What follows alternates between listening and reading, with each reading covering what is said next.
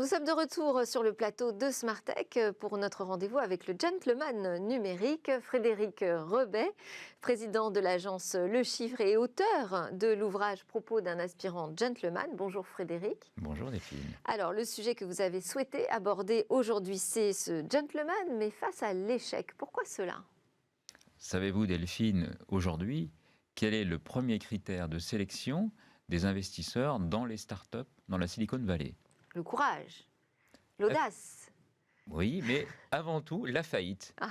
En effet, plus de fonds investis pour des entrepreneurs qui n'ont pas déjà connu les affres de la faillite.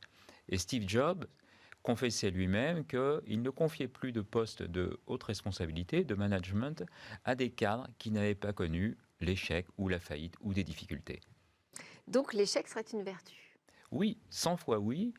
Cela dépend en revanche de la manière dont on rebondit, dont on en fait, on en tire la leçon.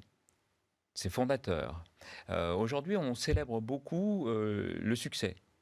Si vous êtes sur les réseaux sociaux, vous verrez que sur LinkedIn en particulier, on célèbre à tour de bras tout petit événement de la vie. On s'auto-congratule sans cesse. Ouais. Si votre fille a eu son bac avec mention, on se félicite, on est fiers. Si vous avez organisé un symposium sur la tech dans le Vaucluse et qu'il y a 100 000 likes, formidable.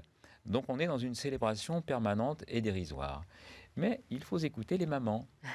Et la maman de George Bush, de Dorothy Bush, disait à son fils, président des États-Unis, « Ne te vante jamais d'un succès ». Parce qu'elle sait, en maman, qu'il y a des moments où on monte, puis des moments où l'on descend. Donc on anticipe tout ça. Écoutez, la maman de George Bush, je ne pensais pas qu'on allait dire ça un jour dans Smartech. Alors, je sais que vous avez toujours des conseils de lecture à partager. Quelle serait votre recommandation à propos de l'échec ? Alors aujourd'hui, ce serait une écoute, plus qu'une lecture. C'est un podcast, enfin c'est une émission régulière qui est présentée par Fabrice Drouel, qui s'appelle Affaires sensibles, et sur les perdants magnifiques. Et donc on va retrouver des portraits, c'est une série de portraits de personnes que les plus jeunes auditeurs ne connaîtront peut-être pas, Pierre Mendès France, Jacques Delors, mais de comprendre cette histoire. Et je pense que s'imprégner souvent de l'histoire nous permet de nous projeter dans le futur. Et donc ils parlent de leurs échecs, c'est ça ? Oui, ils parlent, ce sont des gens qui auraient pu réussir à un moment, mais finalement ils sont passés à côté, soit Jacques par choix. Delors qui finalement a décidé de ne pas accepter le poste de président qu'on lui proposait. Exactement. Et c'est tout à fait respectable, finalement. Il est très rare en politique de reconnaître ses erreurs ou de reconnaître une non-envie des honneurs ou d'une charge qui leur paraît déplacée. Alors, on est là pour être dans une posture de gentleman numérique. Quelle est la bonne attitude à adopter quand on se retrouve comme ça, confronté face à l'échec ?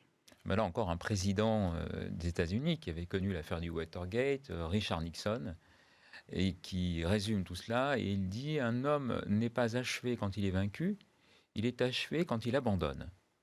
Donc c'est là une forme de résilience, comment on va rebondir. Le champion, toute catégorie, c'est Winston Churchill, le père de la nation indomptable, qui disait « La réussite, c'est d'aller d'échec en échec avec enthousiasme ». Donc comment rester enthousiaste face à la faillite, face à l'échec ? Et comment rebondir après un échec ? On peut ça ? Oui. Tout à fait, oui, oui. Mais ça dépend de votre condition, c'est-à-dire de comment vous allez réagir par rapport à tout ça. Moi, j'ai 3 conseils pour ça. Le premier conseil, c'est l'échec fait partie du scénario. Il faut anticiper cette possibilité. On la met toujours de côté. On est parti pour la victoire. En réalité, dans les probabilités, il y a souvent plus de chances d'avoir un échec. C'est un peu ce que le conseil de Steve Jobs au départ. Exactement, exactement. Donc il faut l'anticiper, l'intégrer. Je donnerais comme conseil d'ailleurs de préparer ces discours d'échec. Les victoires, tout le monde va en parler. D'autres s'en empareront. Hein. Les victoires ont beaucoup de parrains. Et les échecs sont orphelins. C'est-à-dire que vous-même, vous devez prendre sur vous de dire « bah oui, je me suis trompé ». J'ai fait une boulette, comme on dit parfois, et comment l'avouer et le reconnaître.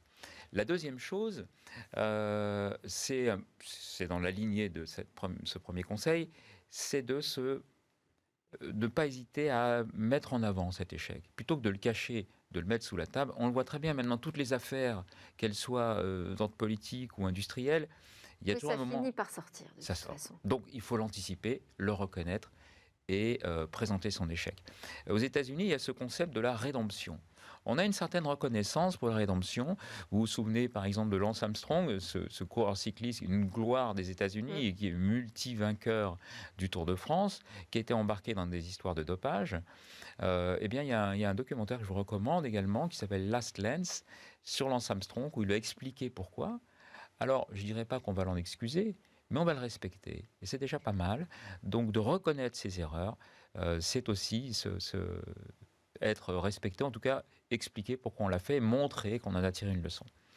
Et la troisième chose, je vais reprendre Maman Bouche un peu, et ça rejoint aussi un peu une métaphore cycliste, c'est dans l'ascension, éviter de claironner en permanence, comme on l'a dit tout à l'heure, parce que dans la descente, eh bien, ça va résonner en écho.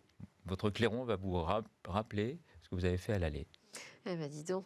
Une phrase peut-être pour conclure, Frédéric?